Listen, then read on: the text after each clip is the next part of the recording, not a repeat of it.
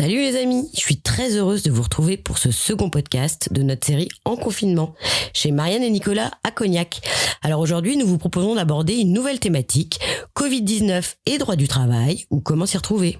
Bonjour Marianne et bonjour à tous. Maintenant, on connaît les conditions du confinement. Elles sont assimilées par la plupart des Français. Maintenant, on a fait le plein, logiquement, de notre frigo. Maintenant, on connaît tous la létalité, je dirais, du Covid-19. Il tue tous les jours. Peut-être que maintenant, on est en capacité de se poser d'autres questions. Alors, lesquelles, par exemple, doit-on les travailler ? Si oui, dans quelles conditions ? Est-ce qu'on va m'imposer la pause de jours de vacances ? Et encore une autre, par exemple, est-ce que les entreprises seront capables de payer leur loyer alors qu'elles ne rentrent plus du tout de trésorerie, qu'elles ne font plus du tout de chiffre d'affaires ? Finalement, que votre métier soit manuel ou intellectuel, que vous soyez indépendant, libéral, intérimaire ou salarié, beaucoup ne connaissent pas leurs droits. Beaucoup de personnes peuvent être même angoissées à l'idée d'affronter ce millefeuille administratif. Pour nous aider à répondre à ces questions, nous recevrons ce soir par téléphone un ami qui est responsable juridique spécialisé en droit du travail depuis 7 ans pour la société Segesta à Cognac, Ismaël Koulou. Bonsoir. Bonsoir. Bon, ça va Ismaël, ça se passe bien ce confinement ? Très bien. Rien à dire. T'es préparé aux questions ? On a ajouté, on est confiné. Bon, on est vraiment ravis que tu nous rejoignes pour ce petit temps d'échange, car figure-toi, et tu le sais, j'ai été pas mal interpellée sur les questions relatives au droit du travail, au chômage partiel, au télétravail, à l'arrêt pour la garde d'enfants, les différences entre tous ces sujets, ce qui était le mieux pour le salarié ou pour l'employeur, quelles sont les conditions où l'on peut faire valoir le droit de retrait, etc. J'espère qu'en quelques dizaines de minutes, parce qu'il y a des choses à dire, tu vas pouvoir nous aider à y voir un peu plus clair. Alors, merci Ismaël d'essayer. En tout cas, Ismaël, on va démarrer tout simplement par une question simple et peut-être évidente. Quelle est la règle générale formulée simplement pour savoir si l'on doit aller travailler ou pas, si l'on peut télétravailler ou pas ? Alors la question, elle paraît simple, mais comme d'habitude, j'ai coutume de dire que la réponse est toujours un peu moins. Alors le président l'a dit, nous sommes en guerre. Nous souhaitons tous et toutes être de bons soldats dans cette lutte contre cette pandémie. Cependant, l'attitude à adopter paraît confuse et tiraillée par rapport à des dogmes édictés par nos politiques. Comme on a tous entendu, protégez-vous, protégez vos proches, restez chez vous, avec des personnes à risque dans vos foyers et vos familles qu'il faut protéger ou celles à garder comme les enfants. Alors de l'autre, nous avons le travail de l'industrie et des activités essentielles, à savoir l'énergie, l'eau, l'alimentaire, qui doivent poursuivre leur activité de production pour permettre à l'économie de rebondir rapidement et garantir également un confinement maîtrisé. Les gens doivent avoir accès aux denrées alimentaires et autres produits de la vie courante. Alors je dirais pour ma part, qu'il faut avoir un sens très critique sur ce qu'il nous est possible de faire selon les conditions de travail qui nous sont proposées. Les employeurs sont les garants de la sécurité de leurs salariés. Par les temps qui courent, ce n'est pas une mince affaire. C'est là que les mesures barrières doivent être appliquées consciencieusement si le télétravail ne peut être appliqué. Alors pour être plus clair, par exemple, j'ai eu le cas d'une dame qui elle-même était en congé enfant à la maison, dont le mari est paysagiste, une activité qui semble pas essentielle dans notre quotidien. Par contre, il est en contact avec des clients de la population tous les jours. Le patron de ce monsieur, suite aux annonces notamment de Muriel Pénicaud cette semaine, lui a demandé, comme à tous ses salariés, de venir bosser normalement. Alors, le cas de ce patron qui demande à ses salariés de venir travailler dans une activité qui est pas obligatoire, est-ce que c'est légal, illégal ? Alors c'est légal, les affectations dérogatoires au confinement le prouvent, c'est un des cas permettant aux personnes de circuler. Alors on comprend bien qu'ici que l'entreprise est en péril, l'employeur n'a pas d'autre choix que de demander à ses salariés de travailler. Cependant, l'employeur doit prendre la mesure de protection ou les mesures de protection dues à l'ensemble de ses salariés. Maintenant, dans le cadre de ta question, Marianne, je dirais que les clients peuvent tout à fait mettre à mal l'organisation prévue par l'employeur en refusant tous les salariés de cette entreprise sur les sites d'intervention. Alors, en gros, si je comprends bien, l'un des points importants, ce sont les conditions d'accueil des salariés dans l'entreprise et leur contact avec leurs clients potentiels. Quelles sont les règles de base que doivent respecter les employés pour mettre en place des mesures barrières ? Alors je dirais, la première chose, c'est d'organiser le télétravail lorsque c'est possible. Dans le cadre du télétravail, il n'y a pas de contact entre les salariés, en tout cas des contacts physiques les uns les autres, et bien sûr pas de contact avec le public. Donc quand c'est pas possible, il y a beaucoup de métiers bien sûr où ça n'est pas possible. L'exemple parfait, c'est l'ouvrier du bâtiment. Il est très parlant. Celui-ci, il peut pas réaliser ses fonctions dans sa cuisine. C'est impossible.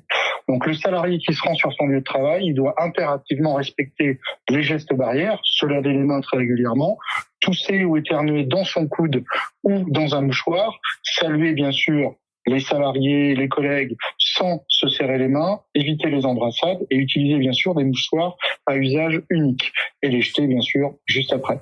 Donc limiter les regroupements avec d'autres salariés, respecter les distances d'1 mètre, contre chaque personne pour éviter tout risque de contamination. Limiter au strict nécessaire, voire annuler les réunions avec d'autres salariés. Alors, la visioconférence est bien sûr conseillée pour tenir des réunions indispensables. Reporter sinon et annuler les déplacements non indispensables. L'employeur doit par contre lui prendre des mesures nécessaires à la protection de la santé de ses salariés. Donc prévoir une organisation de travail, par exemple en rotation, ce qui peut être le cas pour toute l'activité viticole en prévoyant 1 ou 2 salariés dans les vignes sur des parcelles, bien tenir une distance entre les salariés afin d'éviter que les salariés soient sur un même poste et trop proches, avec moins d'1 mètre notamment.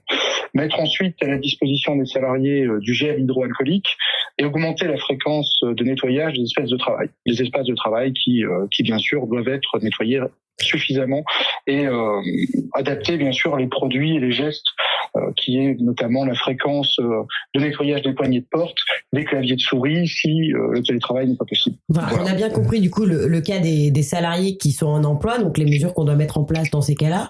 Par contre, dans les cas où les salariés ne vont pas travailler, on voit bien qu'il y a 2 dispositifs en ce moment, c'est le chômage partiel ou l'arrêt pour la garde d'enfants. Donc on m'a pas mal interpellé sur c'est quoi la différence entre les deux, qu'est-ce qui est le plus intéressant pour le salarié. Et puis je suppose au-delà de ça qu'on peut pas par exemple demander un arrêt pour une garde d'enfants si par exemple le conjoint est déjà lui-même en chômage partiel. Alors, lorsqu'une entreprise est confrontée à une situation exceptionnelle qui la contraint à réduire ou à suspendre son activité économique, elle peut mettre en œuvre la procédure de chômage partiel. Cela se traduit par la diminution temporaire de la durée hebdomadaire de travail ou la fermeture temporaire, alors complète ou partielle, de l'établissement. C'est l'entreprise qui prend la décision et c'est pas le salarié. Pour la garde des enfants, c'est le salarié qui est confronté à cette difficulté qui prend la décision. L'employeur n'a pas son mot à dire. Le régime de la garde de l'enfant exclut la présence d'un autre adulte et de surcroît un parent détenant l'autorité parentale. Si vous êtes un couple dont l'un est en fermeture totale sans aucune activité dans la semaine, vous ne rentrez pas dans le régime prévu initialement par l'assurance maladie. Est-ce que tu crois qu'il peut y avoir des contrôles ? Alors oui, je pense qu'il y aura des contrôles a posteriori. Il faut savoir que par le biais des DSN, donc les déclarations sociales nominatives, qu'elles soient événementielles pour l'arrêt du salarié et ou effectuées pour le chômage partiel à des échéances habituelles, à savoir le 5 ou le 15 de chaque mois, les administrations seront averties du chômage partiel effectué et de l'arrêt de travail. Il sera alors facile de constater que 2 personnes étant domiciliées sur le même lieu d'habitation pour la même période ont pour l'un été en chômage partiel et pour l'autre en arrêt de travail. Donc voilà.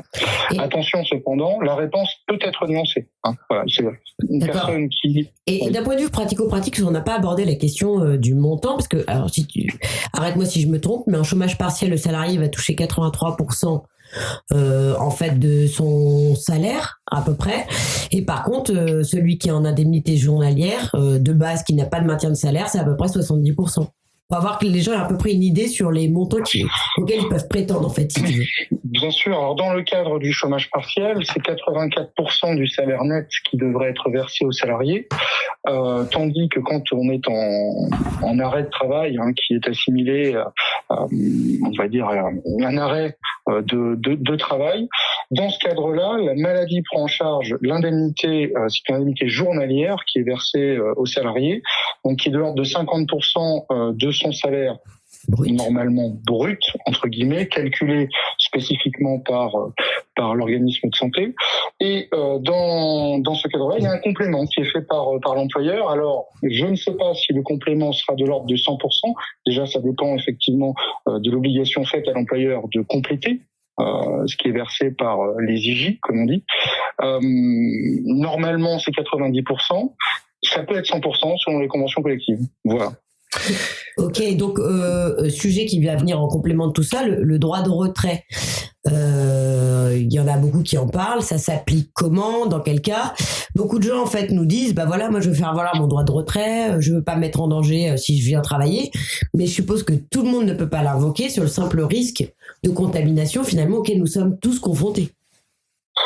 Alors le droit de retrait ne peut être exercé que si le travailleur a un motif raisonnable.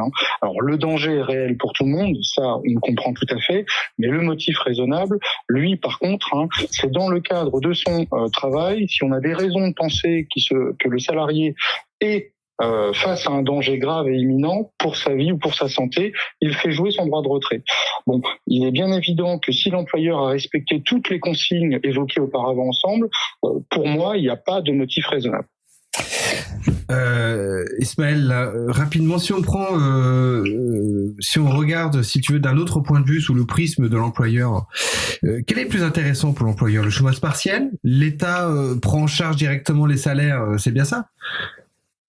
Alors si on se place du côté de la trésorerie de l'entreprise, je pense, sans généraliser bien entendu, que c'est effectivement l'activité partielle qui emporte le moindre coût pour l'entreprise.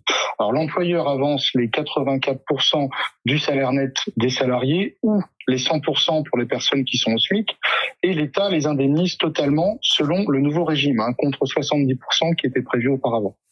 Et ça va pas coûter une fortune à mettre en place parce que quand on voit le niveau de confinement en France aujourd'hui, les dizaines de milliers de personnes qui ont eu recours au chômage partiel, est-ce que ça va pas être un peu la banqueroute annoncée de l'État français parce que c'est quand même assez énorme, non? Alors je pense effectivement que ça va être un coût assez important pour l'État français. L'État français a-t-il pris vraiment la mesure du coût? Ça, je ne peux pas le dire. Maintenant, c'est sûr que ça va être une dépense assez importante. Alors en parlant de l'État, du coup, on a vu dans l'actualité cette semaine, hier je crois que l'Assemblée nationale vient de voter un texte de loi pour accompagner les entreprises, enfin un texte d'ailleurs qui est un peu plus large sur la crise sanitaire en général. Dans le package dont on a pu entendre parler, il y a quelque chose qui a beaucoup inquiété notamment les salariés, c'est le fait que le patron va pouvoir peut-être demain imposer une semaine de congé payé à ses salariés. Et cette histoire d'imposition de congé, c'est valable pour n'importe quel salarié, dans n'importe quelle configuration? Alors c'est effectivement ce qui semblerait. En l'état actuel du droit, l'employeur peut déplacer des congés dans le délai d'un mois ou les annuler sous le délai d'un mois en cas de perturbation grave du fonctionnement de l'entreprise. Bon, là, il est question de faire prendre des congés. On comprend bien qu'il y a une volonté de faire diminuer l'utilisation de l'activité partielle et que, quelque part, faire participer les employeurs et les salariés à l'effort économique. Cependant, les congés, ce sont des périodes non travaillées par le salarié et qui sont payées. Les entreprises, dans la difficulté, vont encore une fois piocher dans leur trésorerie. Celles-ci sont le plus souvent encore douloureuses en raison des événements récents induits par le mouvement des Gilets jaunes. Alors, plus généralement, plus concrètement, il y a quoi dans ce texte de loi? Ça va changer quoi pour les salariés et les employeurs?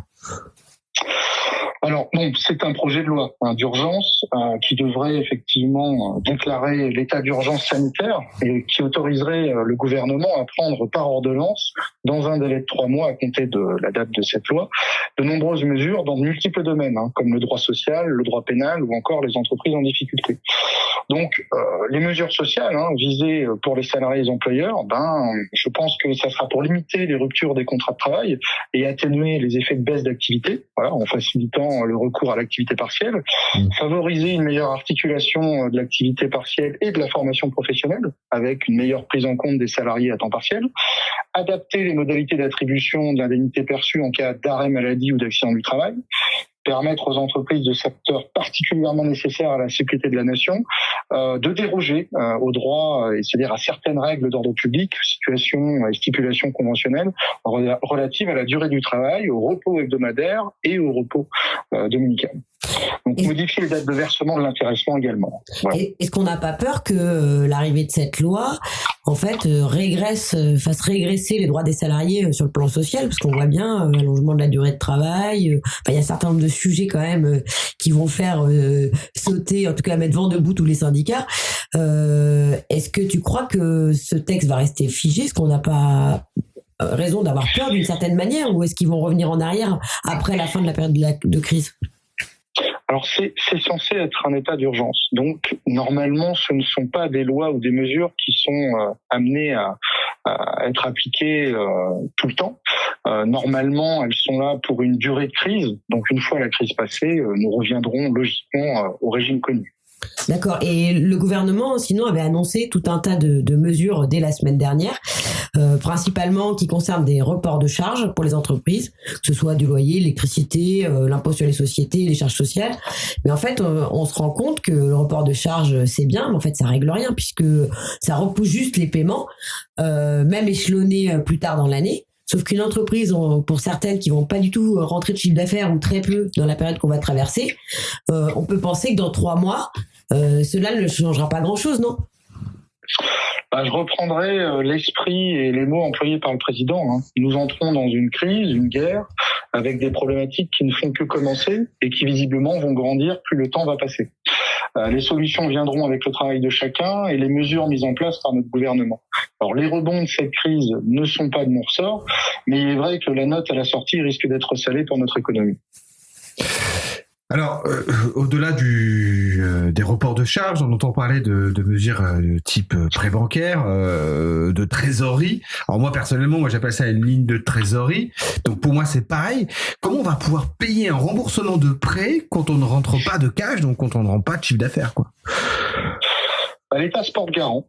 L'emprunt sera facilité, le remboursement aussi, espérons-le. Je n'ai malheureusement pas de boule de cristal pour savoir ce que les entreprises vont avoir comme moyens financiers au sortir de cette période difficile pour honorer leurs encours. Il semble que nos politiques espèrent un rebond de l'activité économique à la suite de ce confinement, espérons-le. Espérons, comme tu le dis. En tout cas, merci beaucoup Ismaël pour toutes ces informations. En fait, ce que l'on peut retenir, c'est qu'il y a presque autant de situations et de cas particuliers qu'il y a de personnes, de métiers ou d'entreprises, et qu'il vaut mieux se tourner vers du conseil juridique. Au moins pour les chefs d'entreprise, ça évitera sans doute les erreurs et un meilleur accompagnement au quotidien. Ouais, Isma, merci beaucoup d'avoir pris le temps. Déjà, je suis très content de t'avoir au téléphone, mais là, doublement. Sinon, pour retrouver un peu plus d'informations, n'hésitez pas à aller sur www.economie.gouv.fr/coronavirus-soutien-entreprise si vous avez réussi à taper ça sur votre ordinateur. Et pour les particuliers, www.travail-emploi.gouv.fr. On vous mettra les liens dans la publication. En tout cas, merci à vous deux pour la thématique de notre prochain épisode que nous devrions enregistrer dans 2 jours. Nous aborderons une autre question, celle des solidarités en période de confinement, ou comment créer de nouvelles solidarités. Et à cette occasion, pour échanger avec nous, nous aurons le plaisir normalement d'accueillir un nouvel invité téléphonique, Nicolas Vauzel, président de l'espace public numérique Sud-Charente. Alors surtout, prenez soin de vous et des autres, mais en restant à la maison. Allez, bye bye. Bye bye. Au revoir, merci.